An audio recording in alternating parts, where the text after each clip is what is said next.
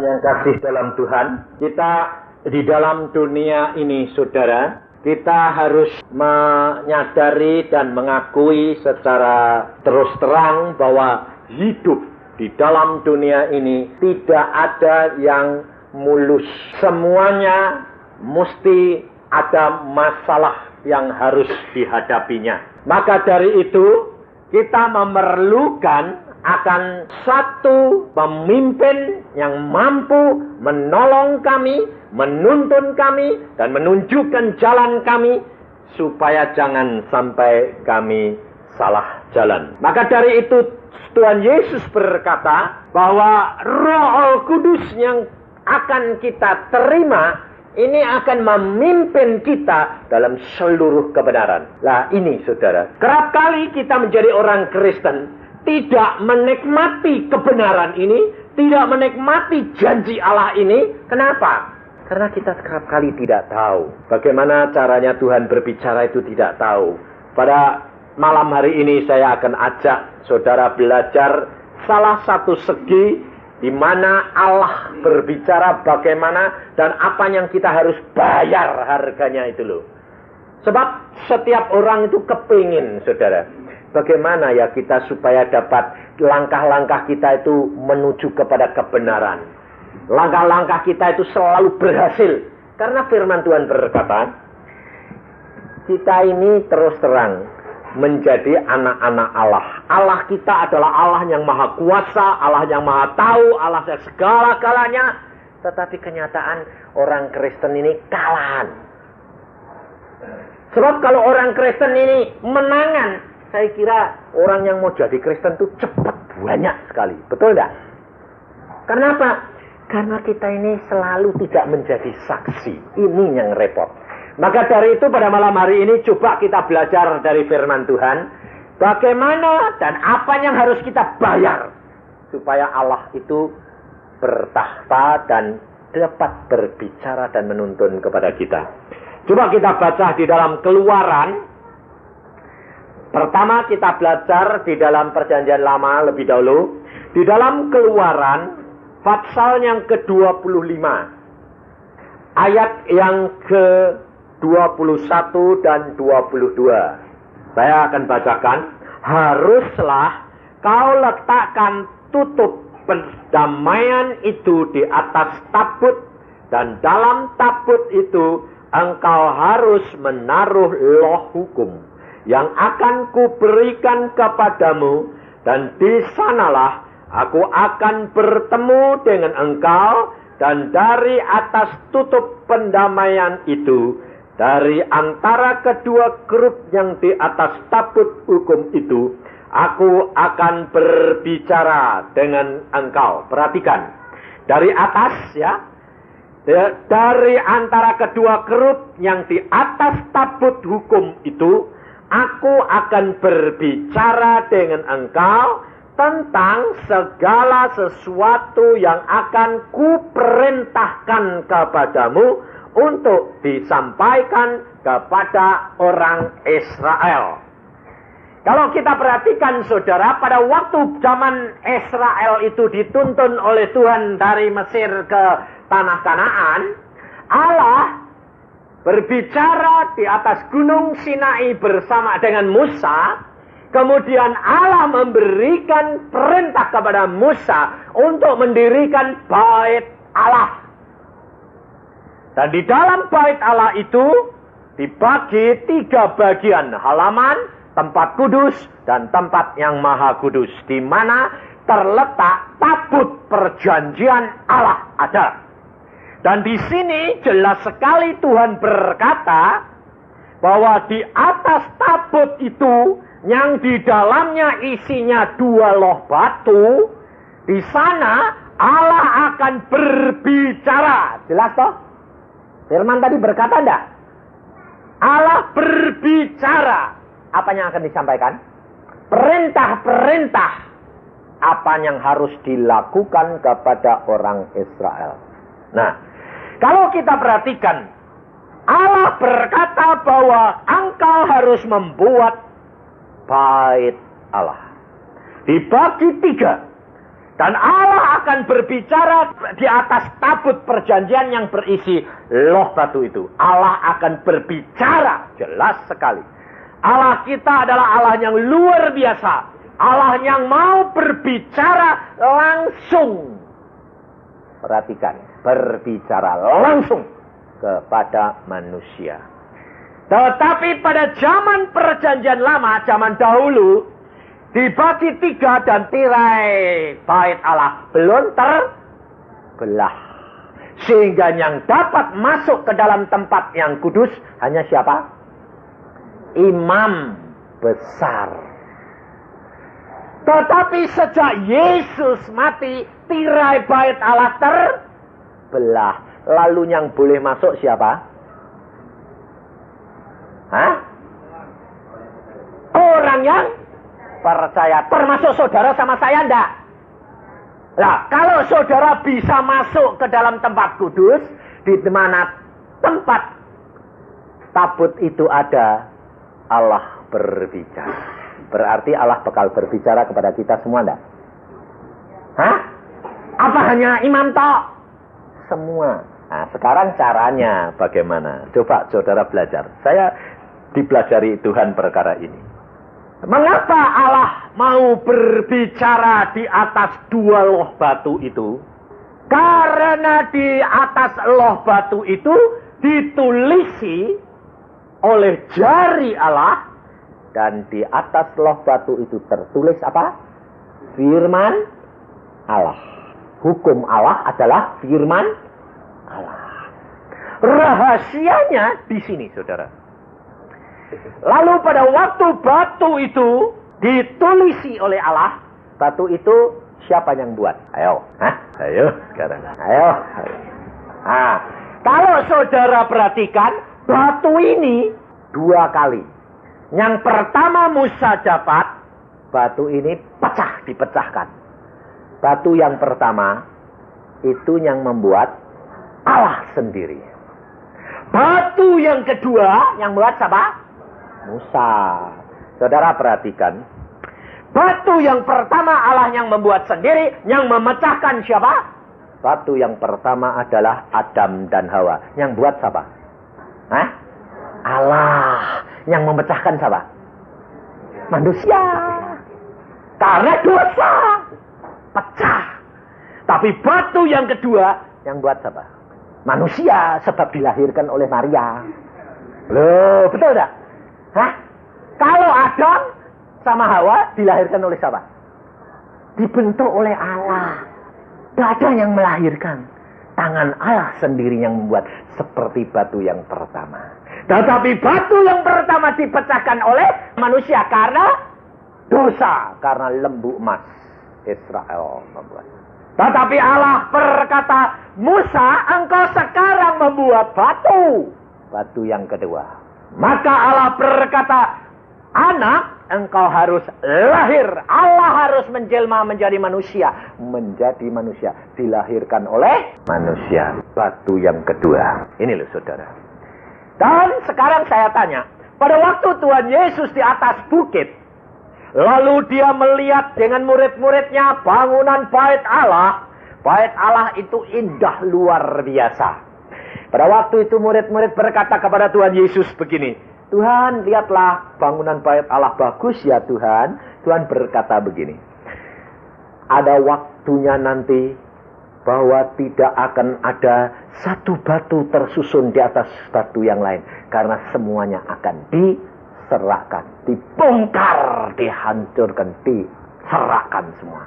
Tetapi pada waktu itu, saudara tahu perhatikan, sampai sekarang terjadi bahwa rumah Allah, di bait Allah di Yerusalem hancur dan tidak ada batu yang masih utuh. Karena apa? Karena aniaya. Tetapi saudara perhatikan, batu mana yang tidak pernah terpisah dengan Allah senantiasa? Ayo belajar, ini rahasianya saudara. Batu-batu bangunan bait Allah semuanya terserah. Tetapi coba saudara periksa Alkitab dan tanya, di mana 2 loh batu itu? Sampai sekarang ditemukan enggak? Hah? Lalu dua loh batu peti perjanjian itu di mana? Hilang? Hancur? Terserak? Di dalam surga. Perhatikan, di mana ayatnya? Di dalam Wahyu 11 ayat 19. Maka terbukalah bait suci Allah yang di surga, dan kelihatanlah tabut perjanjiannya di dalam bait suci itu. Loh, ya, terbukalah bait suci Allah yang di surga. Jadi saudara tahu, tabut perjanjian yang dulu ditulisi batu, yang ditulisi oleh jari Allah, yang berisi firman Allah itu berada di mana sekarang? Di surga. Dua loh batu, di mana tidak pernah terpisah, di mana Allah bertahta, dan di sanalah terjadi serangan, terjadi aniaya, terjadi penganiayaan kepada jemaat Allah, dan bait Allah dihancurkan. Tetapi dua loh batu, di mana Allah bertahta, di mana Allah berfirman selalu. Dia tidak pernah berpisah dengan Allah. Allah tidak pernah mau berpisah dengan batu yang sudah ditulisi oleh jari Allah dan tertera firman Allah. Alkitab berkata, biarpun 1000 orang rebah di sebelah kananmu, 10.000 di sebelah kirimu, tidak akan menimpah kepadamu. Kapan hal itu terjadi? Kalau engkau bersama dengan Allah. Rahasia kehidupan kekristenan, saudara, bukan hanya sekedar engkau pergi berbakti, bukan sekedar engkau menjadi anggota gereja, tetapi kehidupan kekristenan harus belajar. Kita ini siapa sebetulnya? Yesus berkata, engkau adalah bangunan bait Allah. Betul tak? Dan Yesus sendiri, tubuh Kristus adalah bait Allah. Pada waktu Tuhan Yesus berkata kepada orang Farisi, robohkan bait Allah ini dalam waktu 3 hari, aku akan bangunkan kembali. Orang-orang Farisi dan ahli Taurat tidak bisa mengerti yang diartikan adalah tubuh daripada Yesus Kristus. Dia adalah loh batu. Sekarang saudara dan saya, perhatikan, saudara dan saya adalah batu-batu bangunan bait Allah. Kita akan dipakai oleh Allah untuk membangun tubuh Kristus. Saudara dan saya adalah batu-batu bangunan bait Allah. Dan kita kerap kali, saudara tahu, kita kerap kali menjadi orang Kristen kepengennya selalu mendapat kemenangan, selalu mendapatkan kebenaran itu. Tetapi saudara tidak tahu bagaimana untuk menjadi batu yang tidak akan terpisah daripada Allah senantiasa. Meskipun ada aniaya, meskipun ada pencobaan, engkau tidak pernah ditinggalkan oleh Allahmu. Kita kerap kali jadi orang Kristen berkata apa? Aku tidak disertai Tuhan. Aku berdoa tidak pernah dijawab. Aku sembahyang-sembahyang katanya mau mendengar suara Allah. Allah tidak pernah ngomong. Karena apa? Karena saudara tidak menyediakan dirimu. Apakah batu-batu bangunan Allah itu, Allah berfirman itu kepada tembok-tembok? Tidak, toh? Dia hanya berfirman di atas tabut perjanjian, di mana 2 loh batu ada. Jadi, kalau saudara dan saya mau Allah berbicara, saudara harus berani membayar. Bagaimana caranya? Sebab di dalam firman Tuhan, di dalam perjanjian baru, di dalam Yohanes, kita baca bagaimana Tuhan Yesus sudah pesan kepada kita sekalian. Di dalam Yohanes pasal yang ke-14, ayat 17, dan ayat yang ke-26, apa yang Tuhan Yesus pesankan kepada kita? Roh kebenaran, dunia tidak dapat menerima dia, sebab dunia tidak melihat dia dan tidak mengenal dia. Tetapi kamu mengenal dia, sebab ia menyertai kamu dan akan diam di dalam kamu. Ayat 26. Tetapi roh penghibur, yaitu Roh Kudus, yang akan diutus oleh Bapa dalam namaku, dialah yang akan mengajarkan segala sesuatu kepadamu, dan akan mengingatkan kamu akan semua yang telah kukatakan kepadamu. Jelas sekali Tuhan Yesus berkata bahwa Roh Kudus yang akan dikirim itu akan tinggal di mana? Di hati kita. Serta dia akan mengajarkan kepadamu. Dia akan sama enggak? Kata-katanya ini hampir sama dengan apa yang Allah katakan di dalam Keluaran 25 tadi. Aku akan berbicara dengan engkau tentang segala sesuatu. Yesus berkata, ia akan mengajarkan kepadamu tentang segala sesuatu. Terus, dan yang akan kuperintahkan kepadamu untuk sampaikan kepada orang Israel.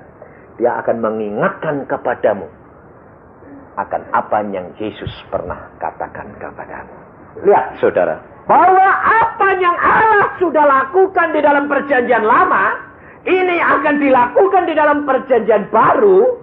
Dan hanya bedanya, tirai bait Allah terbelah.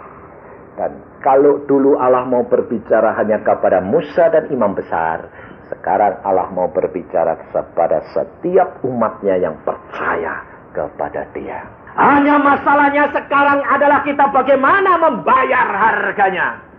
Pada waktu Musa itu membuat batu, lalu setelah selesai, lalu Musa harus membawa kemana? Ke atas gunung. Kira-kira kalau orang menggotong batu, 2 loh batu itu cukup berat ke atas gunung, membutuhkan apa saudara? Butuh tenaga 1. Butuh apa lagi? Waktu. Apa lagi? Kekuatan. Kemauan. Ketekunan. Ingat loh, Musa pada waktu dia naik, umurnya sudah 80 lebih. Harus gotong batu dan dia naik ke atas. Saudara tahu. Dan apa yang terjadi setelah dia sampai ke atas gunung dan berhadapan dengan Allah, dia menyerahkan batu itu. Dan apa yang Musa lakukan? Dia menunggu Allah menulis berapa lama? 40 hari, 40 malam. Dan pada waktu dia nunggu, makan dan minum apa? Makan apa? Minum apa? Berarti puasa. Dan Allah di atas gunung itu, dia menulis firman-Nya dengan jarinya. Inilah saudara. Dan inilah rahasianya. Di mana batu yang dibuat oleh manusia ini, dan dia tidak akan berpisah dengan Allah senantiasa, karena Allah mau bertahta di situ, Allah mau berbicara di situ, Allah mau menuntun umatnya di situ. Harus berani membayar harganya. Mengapa Allah tidak hanya di atas gunung? Musa bikin, ayo saya tulis. Allah berkuasa karena Allah bisa berada di mana-mana. Tetapi mengapa Allah harus memerintahkan Musa bawa gotong naik ke atas bukit? Karena firman Tuhan berkata bahwa saudara dan saya adalah teman sekerja Allah. Allah tidak menghendaki segala sesuatu dilakukan oleh dia, tetapi saudara ambil bagian. Kalau saudara mau menjadi kemuliaan Allah untuk dipakai menjadi berkat untuk sesama manusia, saudara harus juga menyediakan loh hatimu untuk ditulisi Allah. Di mana Allah mau berfirman, di mana Allah mau bertahta, dan batu hatimu harus ditulisi oleh jari Allah. Tapi saudara kepinginnya cuma sekejap. Saudara harus membawa ini ke depan hadirat Allah. Dan hatimu ini setiap hari harus kamu gotong naik menghadap ke hadapan hadirat Allah. Maka dari itu saya selalu katakan apa saudara? 2 perkara. Kalau saudara mau menyediakan loh hatimu untuk ditulisi oleh jarinya Allah, adalah berdoa. Membawa selalu hati kita menghadap kepada Allah. Kedua, firman-Nya harus dibaca setiap hari. Supaya firman ini diukir oleh Allah di dalam loh hati kita. Tetapi untuk itu kita harus membayar harganya. Karena apa? Karena kita harus bertekun senantiasa. Setiap jam yang sudah engkau harus bayar harganya, harus datang kepada Allah. Dan kerap kali Allah itu membangunkan kita Pagi-pagi antara jam 1 sampai jam 5. Dan justru di sini letaknya kelemahan manusia. Ngantuk Tuhan. Kalau disuruh bangun sembahyang, ngantuk Tuhan. Saudara tahu belakangan ini saya ditegur Tuhan. Apa? Belakangan ini kalau saya dibangunkan, saya bangun saudara. Saya sembahyang. Tapi sembahyang ya sembahyang. Tapi ada bedanya kata Tuhan. Bedanya itu rutin sama sungguh-sungguh. Beda. Contohnya saudara ke gereja. Rutin sama sungguh-sungguh beda enggak? Kalau rutin, takut. Nanti kalau enggak ketemu pendetanya, disambangi terus. Gak kelihatan ditanya ke, hari Minggu kok enggak kelihatan kemana? Waduh, enggak bisa jawab. Dan kadang-kadang perlu bohong. Supaya enak. Saudara tahu? Tetapi kalau engkau sungguh-sungguh, ada kerinduan. Saudara. Dan kerinduan ini yang Tuhan kehendaki. Tuhan tegur saya bilang, Yusa, aku tidak mau engkau rutin bangun terus sembahyang. Tapi aku mau hati dan pikiranmu. Dan ini harus melawan ngantuk. Ini harus menyangkal diri. Ini harus tekun. Berani kehilangan waktu tidur. Berarti memberikan tenaga. Seluruhnya harus dipersembahkan untuk dia. Kalau engkau mau diukir hatimu, saudara. Rahasia ini besar sekali, saudara. Kita kerap kali kalau dengar kesaksian orang lain. Banyak saya terus terang diomongin orang, ya kalau sudah kayak Pak Yusa ya enak. Loh, saya bilang, bayarnya itu loh, yang enak istri saya ini istri saya itu hari ini ikut. Kali ini ke Bali ikut ya, biasanya enggak mau ikut. Karena cuma sebentar, kalau ke Surabaya itu lama enggak mau ikut dia. Kalau ke Bali berapa hari? Kira 9 hari. Ya sudah aku ikut. Nah ikut saya bilang. Saudara tahu, dia bilang apa kerap kali?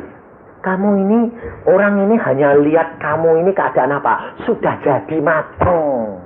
Memang roti kalau sudah mateng itu semua orang kepengen mau enak. Tapi pada waktu roti ini dibuat, orang itu tidak sabar nunggu. Betul tidak? Sebab apa?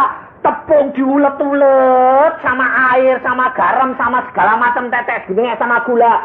Anak itu kalau saudara dia sudah bilang, Ma minta roti, ya nak tak bikin ke. Kira-kira sabar enggak? Hah? Kenapa enggak sabar? Lama dan sudah ngiler. Mana sih Ma? Lalu anak ini masuk ke tempat ovennya dibuka tutup, buka tutup.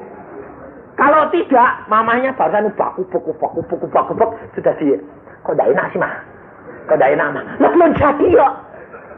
Ya gak enak. Lah saudara itu kerap kali jadi anak-anak Allah gitu enggak? Mana sih Tuhan? Janjimu mana? Kok enggak jadi-jadi? Ya sedang diulet-ulet kok. Kamu sabar nak, sabar. Katanya Allah Maha Kuasa. Mama katanya bisa. Kok enggak jadi-jadi? Ini loh saudara. Karena engkau itu tidak mau bayar harganya. Saya sendiri dididik Tuhan berkata apa? Dari umur 12 Tuhan berkata, baca Alkitab, baca Alkitab, baca siang, sore, malam baca Alkitab. Saya bilang, Tuhan, baca Alkitab tidak ngerti, baca saja. Dan saudara tahu, luar biasa Alkitab itu. Sebab apa? Sebab Allah menghendaki 3 bagian, roh, jiwa, dan tubuh. Ruangan maha suci, ruangan kudus, dan halaman harus semuanya merupakan bangunan bait Allah. Tetapi kita kerap kali hanya ruangan kudus hati kita saja. Pikiran tidak perlu. Apalagi tubuh. Kita memang orang dosa. Kalau gagal terus biasa. Bagaimana Allah mau berbicara sampai ke telinga jasmani kita kalau kita itu tidak 3-3, saudara tahu? Tak mungkin.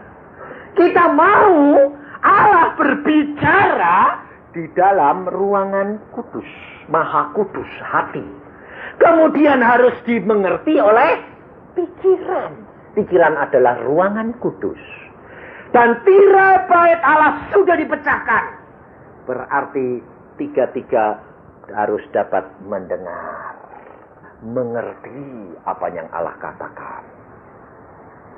Yesus berkata begini, Apa gunanya kamu berkata, Tuhan, Tuhan, tetapi engkau tidak melakukan firman-Ku? Betul tidak? Nah, apa saudara kira itu firman Tuhan itu gampang? Saya buktikan. Tuhan Yesus berkata, jikalau engkau mau menjadi murid-Ku, kau harus sangkali diri. 1, 2. Jikalau engkau mengasihi ayah bundamu, istri suamimu, atau anak-anakmu, atau dirimu sendiri lebih daripadaku, engkau tidak layak menjadi murid-Ku. Betul tidak? Betul? Sudah ngerti?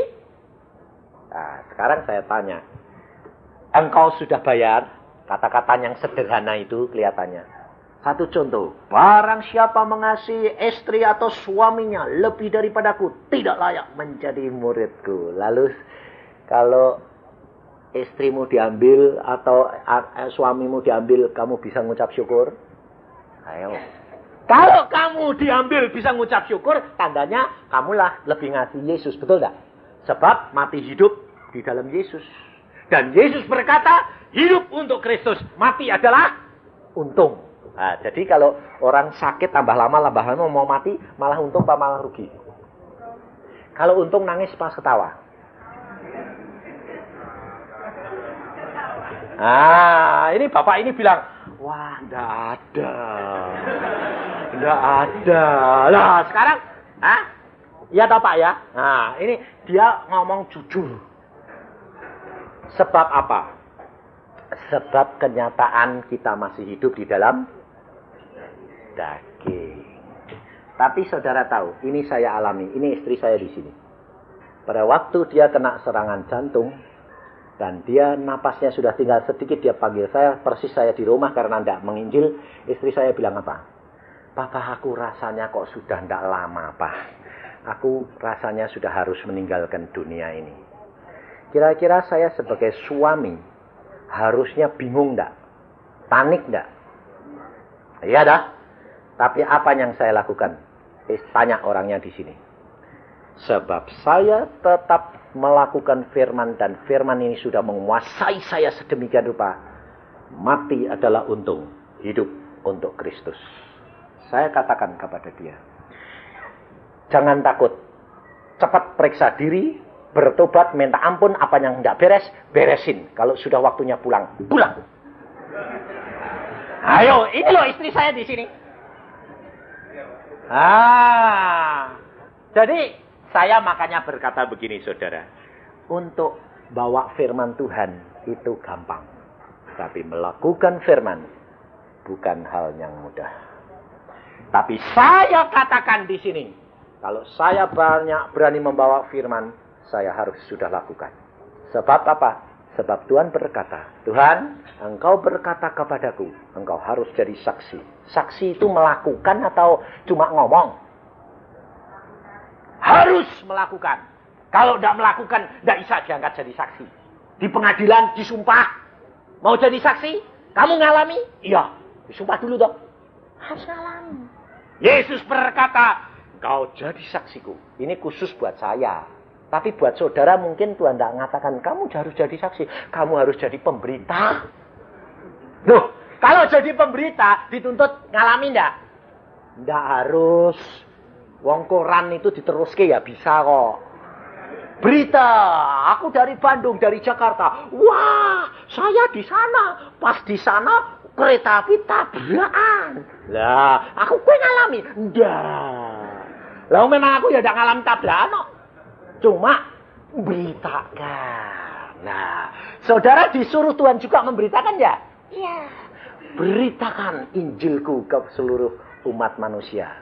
Tapi ada orang-orang tertentu Yesus berkata pada murid-muridnya, rasul-rasulnya, engkau saksiku.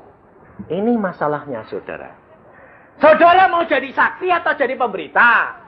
Saksi? Bayar harganya.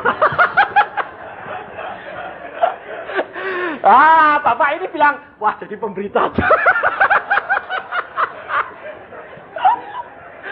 Daripada jadi saksi, bayarnya mahal.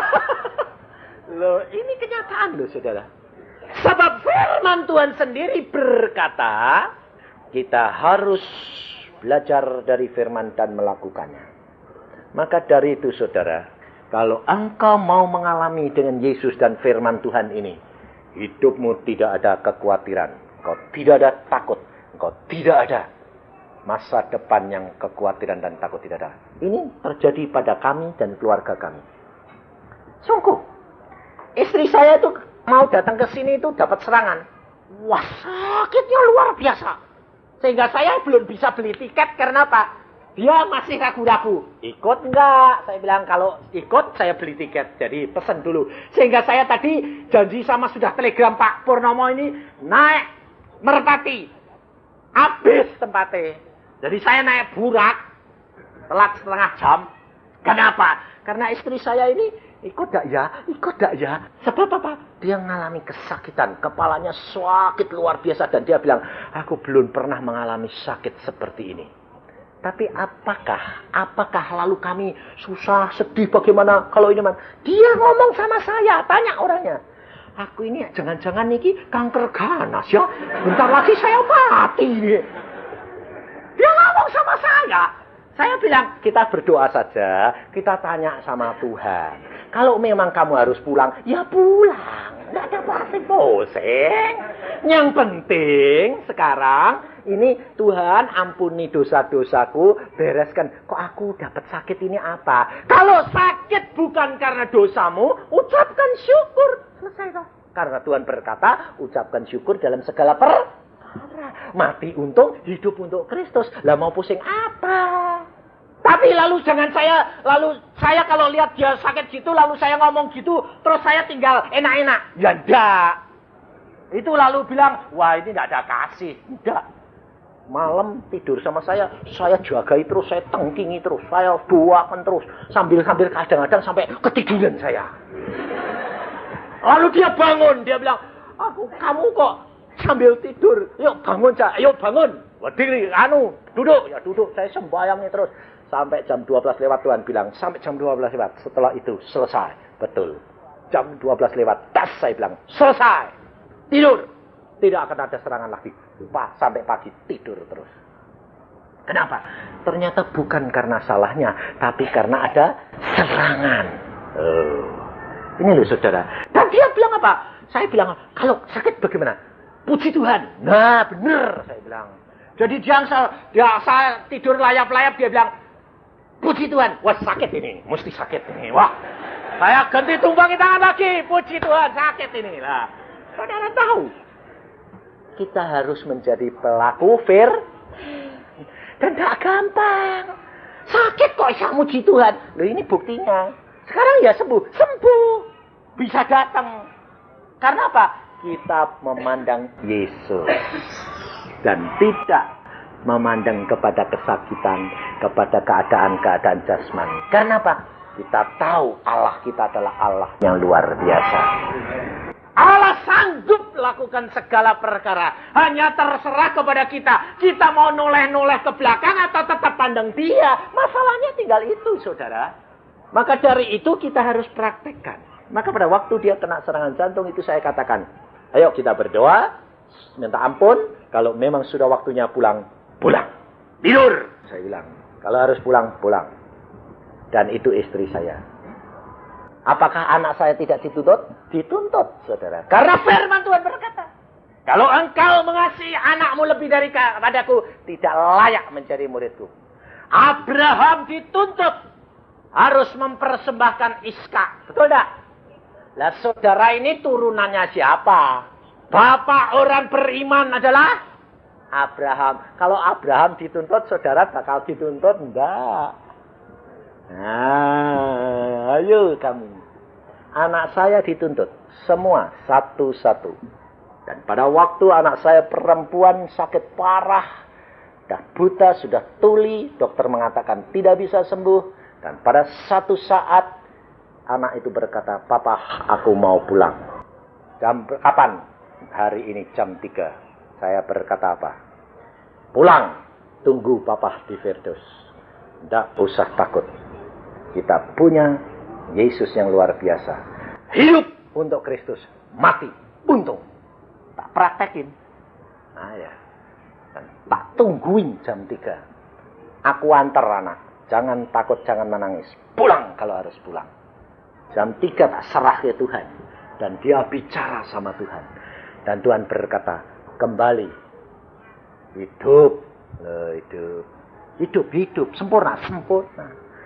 Karena apa? Lah ini loh saudara. Berani enggak menjadi pelaku firman.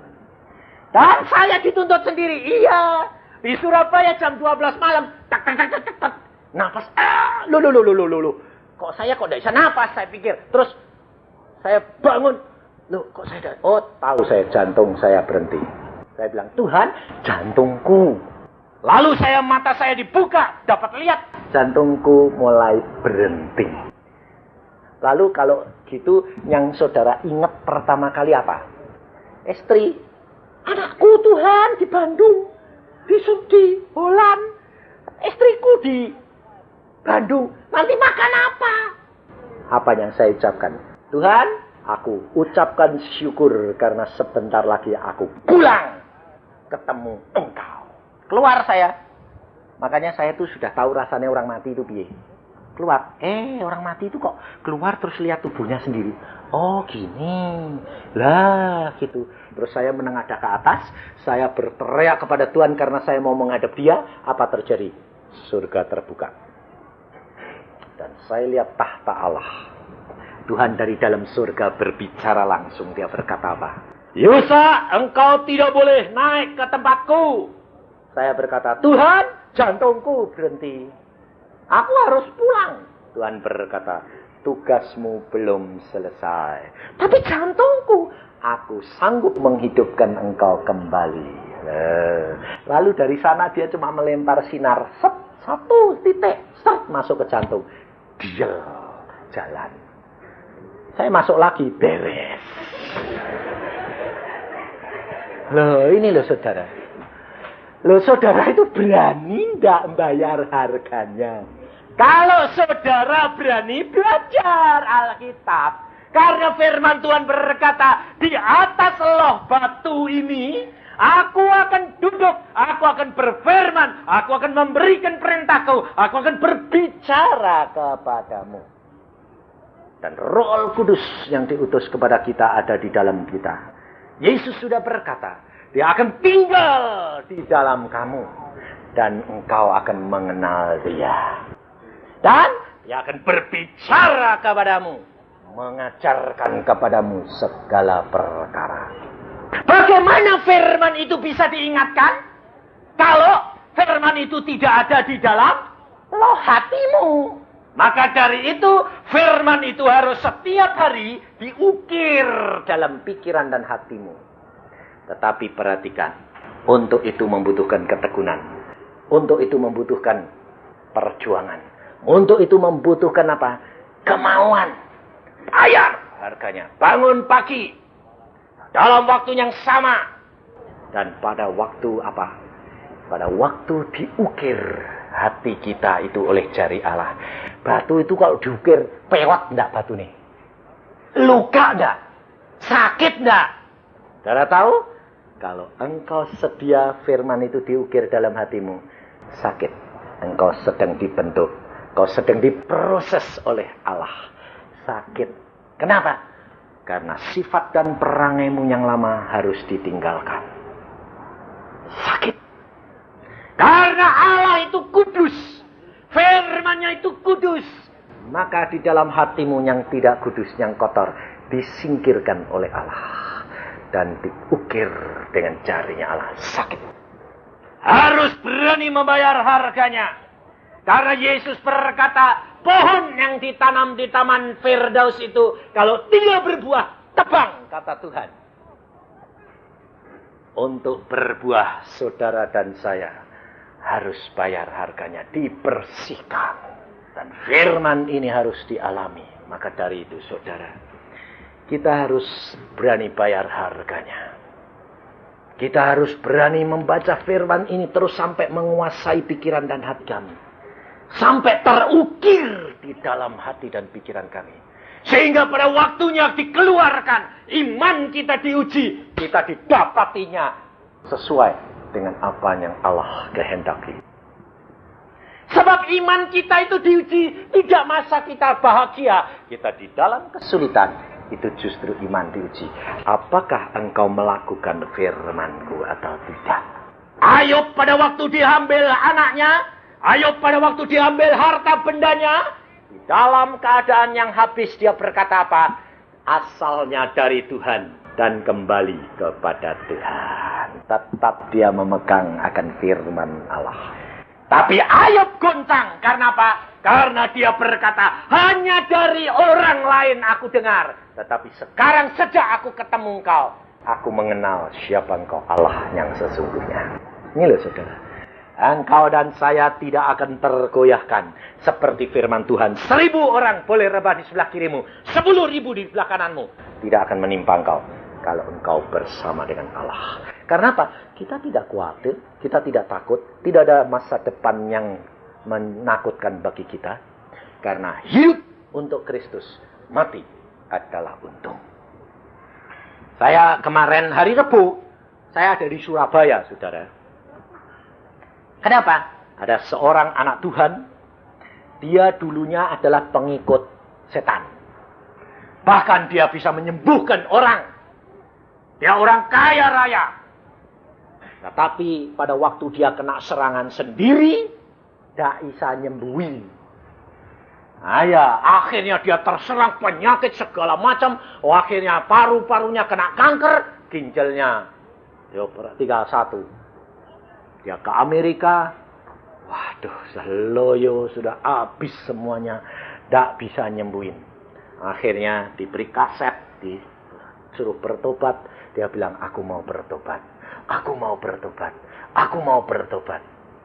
Kalau engkau mau bertobat, buang segala berhala-berhalamu dan simpananmu. Dia di Amerika loh, saudara. Lalu dia entrokal sama saudara, sama familinya di sini. Buang simpananku. Saudara tahu, waktu dibakarin semua, dia di rumah sakit sana seperti orang gila. Pelabuhan seperti sampai suster bilang, katanya orang Kristen, tapi kok begini? Dia bilang, mana siapa bilang dia Kristen, baru mulai mau jadi Kristen. Dan pada waktu dibuangin semua, dia mulai tenang. Apa terjadi? Dia sakitnya luar biasa. Dia berdoa, Tuhan Yesus, kalau engkau memang ada dan aku mau menyembah engkau, tolong angkat sakit ini saja. Dan malam itu dia didatangi Tuhan. Tuhan berkata, tanganmu jamah ke tempat sakitmu. Dan dia jamah. Malam itu hilang. Dan pada waktu diperiksa dokter, kanker di 5 bagian. Dan seminggu kemudian difoto lagi. Terjadi ternyata tinggal 2. Sampai dokternya heran. Loh, yang 3 hilang mana? Kok hilang semua, tinggal 2. Waktu dia ketemu saya katakan di Surabaya. Karena dia hari kemarin berangkat ke Amerika lagi untuk cek. Dan saya berkata, karena apa kamu masih ada 2 bagian? Karena sisa berhalamu masih tertinggal. Dan dia bilang, betul Pak Yusa. Seandainya pada waktu itu saya buang semua, 5 sudah hilang. Tapi ternyata memang aku masih punya simpanan. Lupa, Pak. Dan pada waktu sampai di Surabaya, langsung dia minta dibaptis. Pada waktu dibaptis, saudara tahu apa terjadi? Seperti orang gila. Teriak, luar biasa, takut setengah mati. Tetapi anehnya, sampai saudara-saudara bilang, lah orang kayak gini kok mau dibaptis itu bagaimana? Tapi dia ngomong sendiri, baptis saja, terus. Loh kok kamu teriak-teriak? Itu bukan saya kok. Jadi orang satu ini bisa ngomong 2. Karena apa? Karena setan sama jiwa dia sendiri. Dan pada waktu dia langsung dibaptiskan, belang, Allah berperang ganti dia. Yang teriak-teriak hilang, dia merasa damai sejahtera, dan dia mengalami kesembuhan luar biasa. Dalam waktu sebentar dia gemuk lagi, tidak kelihatan orang sakit. Sudah naik 5 kilo. Dia bilang, saya mau kembali ke Amerika, saya sudah fit, saya sudah nyetir mobil, sekarang sport sendiri, saya ke Amerika checking. Biar dokter Amerika lihat bahwa Yesus itu tetap sama. Dan dia berkata, aku dulu ikut setan, harus bayar harganya. Penyakit-penyakit di sini sekarang hilang semuanya. Turut Yesus, tidak usah bayar apa-apa. Yang penting hati kita serahkan kepada Dia. Ini hidup kekristenan itu harus hidup yang nyata. Kalau saudara mau ingin Allah berbicara, sediakan loh hatimu untuk diukir oleh jarinya Allah. Baca firman setiap hari, berdoa sediakan, bayar harganya. Allah pasti peliharakan kau. Dan jaminan Allah menjadi pelindungmu, gunung batumu, perisai. Kau tidak perlu takut, apapun boleh terjadi, asalkan Allah beserta dengan kita.